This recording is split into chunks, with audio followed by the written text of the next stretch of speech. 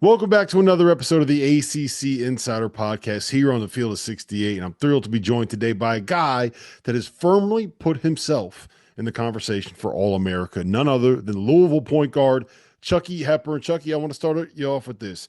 How long did it take you to learn how to properly pronounce Louisville when you got to campus? Uh, Honestly, right away, I've always called it Louisville. Since I was a kid.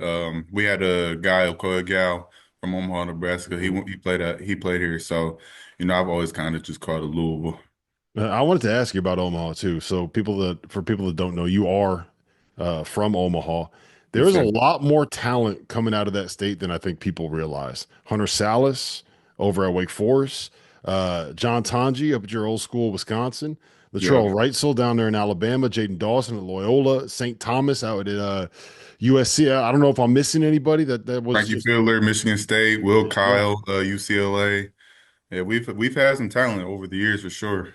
What is it about Omaha that kind of creates that talent? Like I don't think people realize how many good basketball players are coming out of that city. Yeah, I would just say for the city, we've always kind of just been overlooked. So, we've just always, when we step on the court, it's something we got to prove something. We just got to have that dog mentality that we got to win. We got to beat out the other team. Even playing in AAU, we go play other big circuit names, and we beat them. D1 Minnesota. They always had guys. And just other programs like that. We always just wanted to be on the top of the map because Omaha is so overlooked. So overlooked talent, bulldog mentality that pretty much sums up Chucky Hepburn as a basketball player there pretty fairly, Yes, right? sir. Yes, But I sir. feel like we've seen a different side of your game this year. You're scoring more. We've seen a 16 assist game. You had 29 the other night against Florida State. Like it feels like you've kind of had the shackles taken off here, and it wasn't even at the start of the season. Like maybe about a couple weeks into the season, you really got into a groove and figured out what Pat Kelsey wanted out of you. Yeah, I would say in high school I kind of played the same way. My high school coach, the love shooting a lot of threes, playing fast, playing a lot of defense. So when I saw that what Coach Kelsey's system was, I just kind of saw that myself being myself again. Being what I did in high school, and in high school I would have games where I would go from 12 assists, 13 assists, 14 assists, straight back to back to back games. So. What I'm doing doesn't surprise a lot of people. It does surprise everybody else, but I've been doing this kind of for a long time, and I just kind of wanted to go to the system where I'm being myself again, and yeah, it just kind of took me a couple weeks to kind of go back to playing how I used to play. Um, but once I got comfortable, I would say I kind of really got comfortable with the against Billerman when we Mhm. first played them, and then Winthrop, he just kind of started kicking it a lot more, and then everybody saw it in the Bahamas, where I kind of just felt like myself again and ever since that I never looked back. So I saw you guys on your first trip to the Bahamas, right? When you were there in August. And I remember thinking it was me and Terrence Ogles, we were down there and we were talking like this Louisville team's got a real chance to make some noise, right? And then you come out first game of the season, you beat Morehead State by 48 points. Then Tennessee comes in and you guys got smacked, man. You got pushed around. Yeah, I think you lost by 20 at home. And it felt like, they say sometimes it's a good lesson when you get punched in the face, and it felt like you guys learned something in that game. Oh yeah, definitely. We knew Tennessee. We actually wanted to schedule them. We knew that they were going to be one of the top teams in the country, and just to see a good test to see where we're at, what we got to improve. I felt like we took that, learned from it, and we actually had a week off after that, so we were able to just take it what we learned, take our lesson, and we really never talked about that game after that. Other than that, we just been looking forward. We went to the Bahamas. Played really well over there. Lost one of our best players, Casey Pryor, and then Corin Johnson. We actually lost him too after the Tennessee game. So we just kind of had to find ways to play without him. We come back, play Ole Miss right away. You could just tell we were all mentally worn out just from losing Casey. That's we kind of I feel like we kind of found our identity with Case on the team, and then him being hurt, that just kind of hurt us a lot. And then we also didn't have another body, Kadir, and him as well. So kind of feel like we got a mojo back against Duke, but we just the wheels just kind of fell off, at the end of the game. Then we went to Kentucky, played Kentucky, and then played them pretty good, And after that, we're like we're right where we want to be, We just played a top five team in the country at their home court, and almost and went toe to toe with them. And after that, we saw a record. It was 6-5. We're like, it looks ugly right now, but once we keep stacking wins, keep stacking wins, and it's just gonna look better. That 15-5 is gonna look better. That 16-5 is gonna look better. That 20-5 is gonna look better. So, we just didn't never gave up. I believe we have one of the best cultures in the country, and I think Mhm. that's what it kind of kept our program going. Yeah, the point about losing Kason and Corn, I think that goes underrated a little bit, right? You had finally kind of figured out who's going to play what role. I'm going to get these minutes. I'm going to get these shots in this situation. As a point guard, like I'm going to know this guy's going to be here. You've kind of figured out how to play within that system, and then all of a sudden you have this major piece taken away. And then guess what you got to do? You got to go play a big physical Ole Miss team coming out of the SEC, and then you get Duke, who looks like the best team in college basketball right now. And then you go and you got to play against your arch rivals on the road in Rupp Arena, and there it was a bad that's not how you want to work out the kinks, right? No, When you no, go and no, play no. those three teams. Not at all. Yeah, it definitely did suck, but we didn't have, we it was the next man up mentality. And we had to find ways to be able to still win games. And we knew we were going to do it. We just didn't know how long it was going to take. And we all believed, we never gave up. And we all believed in each other. That's what mattered the most. We didn't care about the outside world, what they were saying, just because we lost a couple of star players. Everybody thought we were going to do bad again this year, but that wasn't us. Coach Kelsey, he has a winning culture. He recruits Mhm. winning players, and you could just kind of tell what type of players he has. From now, just we just want to win. That's all we want to do. That's all we care about. That doesn't matter whose night it is. Doesn't matter what who we're playing. We just all want to win. I think you mentioned the best culture in college basketball. That's the amazing thing about this season for you guys, right? Like you could look at the pieces on the paper and the names and who came out of the portal, and it's very easy to say there's a lot of good basketball players there. They'll probably be a pretty good basketball team, right? But it's more than that with this group. You fought through a whole bunch. I think you had at one point only seven healthy scholarship guys, right? Noah's dealt with some injuries. Kadir's dealt with some injuries. You got four guys that aren't playing this season due to injury, and it hasn't slowed you guys down at all. Like why has it worked? Why you've been able to develop this? All of these new. It's not like you guys were best friends before you Yeah. showed up, right?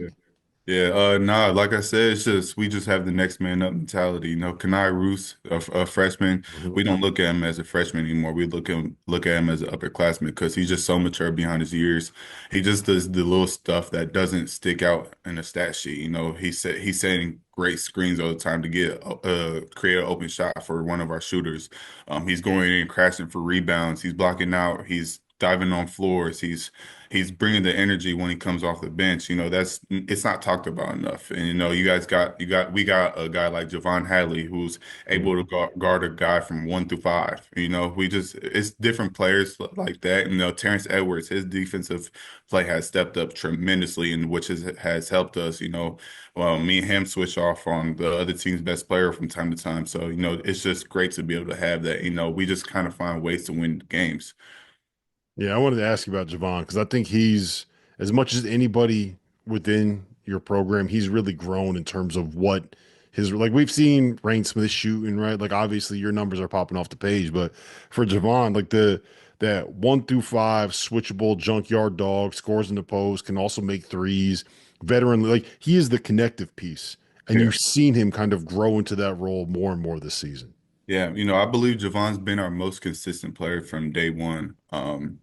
He has a lot of stuff we ask him to do. He does it without complaining. Losing case in prior, he had to step up and start guarding big man, and he did it no problem, no complaining. He won the challenge. He stepped up to it, and we've had a lot of success. I don't think we have a lot of success without him. Because he's just so versatile, and he can guard 1 through 5. He can play the point guard sometimes. You know, he could play the five sometimes. You know, he's just one of those guys that you have to have on the team. Yeah. Rain Smith. He's got the best life, doesn't he? You run around there, you yell at you a little bit, just go catch up and fire up some threes. He pretends like he's playing defense. We all know he's just trying to get out and leak it on the break. Like all he wants to do is catch and shoot threes. That's not a bad way to make a little bit of NIL money, right? No, no, not at all. No, I love playing with Rain, man. He's definitely one of the toughest three-point shooters I've ever played with. You know, most guys really just want to shoot threes, and if they're real three-point shooters, they just want to shoot threes. But Rain will sit down and guard. You know, he's going to block out his man. He's going to go try and get a rebound. He wants to win. That's why I love playing with Rain so much because he's not all just about shooting threes, and you know he's going to do the little stuff that doesn't really show on the stat sheet, and you know he's going to impact winning for sure. He's not getting 17 threes up in a game if he's not playing defense, right? You're not standing for that? Fats Edwards. How much has he reminded you about what happened last March? Uh, you know, when we first got to campus, it definitely did happen a couple times. We'd have shooting contests and he'd be like, "I never lose to Chucky. I've never lost to Chucky." But other than that, it's kind of slowed down from now. You know, we joke about it here and there, but you know, we're teammates now. I love playing with him. Looking, I told him that's my brother for life. You know, I've loved the way he's just changed his mentality of trying to play defense, and you know, I can always respect that out of him. What is the key for you guys here moving forward? Obviously, you still have an opportunity to potentially win an ACC regular season championship. You're going to need some help from someone else taking down Duke, but you're right there. You're a game out first place. ACC tournament is still right there for you. You got a chance to be able. I think you have Final Four upside if you guys put it all together and get a good draw and get hot at the right time. For you, what is the key to be able to hang a banner somewhere? What has to happen with this team moving forward? Yeah, it's just we just got to focus on the next thing, you know. Right now it's focusing on fixing what we got to do. Our little mistakes that we did in the Virginia Tech game, we got to fix those and make sure we're perfect in our preparation for Pitt because you know we know that we're one of we have a target on our back now, and Mhm. you know we're going to get every team's best shot for the rest of the season. So you know we can't really have no slip ups, no mistakes. If we do have mistakes, it's got to be little to none. So we just got to make sure that we're consistent, one of the most consistent teams in the country still, and you know we get still have to have one of the best cultures. You know, I think the teams that go far have the best cultures in the country. So we just got to make sure we maintain that. What is it like playing for Kels? For people that don't know this, I don't know if there's a dude that has more energy and more positivity. Like, is there ever a point where you walk in and he's doing his Pat Kelsey stuff and you're just kind of like, I can't today, man. Like, I haven't had my No. coffee yet. I need to wake up here. No, it's definitely funny every day. You know, every day he brings just so much energy. You know, if you don't have a lot of energy, he's gonna give some of his energy to you because that's how much energy he has. You know, it's what also keeps us having a great culture because you know he just has such a positive energy. He has it just kind of it's contagious. It's hard not to have a great attitude, great energy around him, All and right. that's why we all love playing for him. And that's why he has created one of the best cultures in the country. All right. I got five quick hitters, and you got to be honest with all of these answers, okay? Yeah. I'm not gonna there's nothing too hard, but you got to be honest with all of them, all right? Let's start with this. Which teammate of yours has the worst taste in music? First taste in music. Kadir, because he only listens to Young Boy. There, no, you're not a fan? Yeah. I'm a Young Boy fan, but you know, every day, You got to nah. mix it up a little bit. Yeah, you gotta mix it up. Who is the best dressed? Best dress, either Casey Pryor or Corey Johnson. Why? They just always got the drip. Who is the most likely to do something in practice that is going to earn you guys extra conditioning drills? Either Noah or Kadir. Noah. Why Noah? I could see Noah. Noah makes a lot of sense to me. Uh, It's just like he'll just mess up one play, and then we had to restart time or something like that. It's nothing. It's nothing serious, but it's just All you had to say is because he's Noah, and I think a lot of Louisville fans would have understood no, no, no, no, no. that. One player on the roster that would not be allowed to cook if you guys had a team dinner at somebody's house. Um,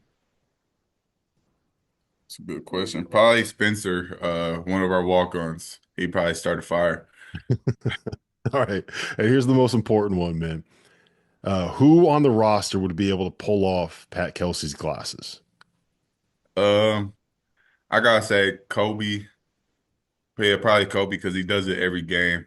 He just always wearing them on the sideline. So, right. Wait, actually, coach's Kobe glasses? Rogers.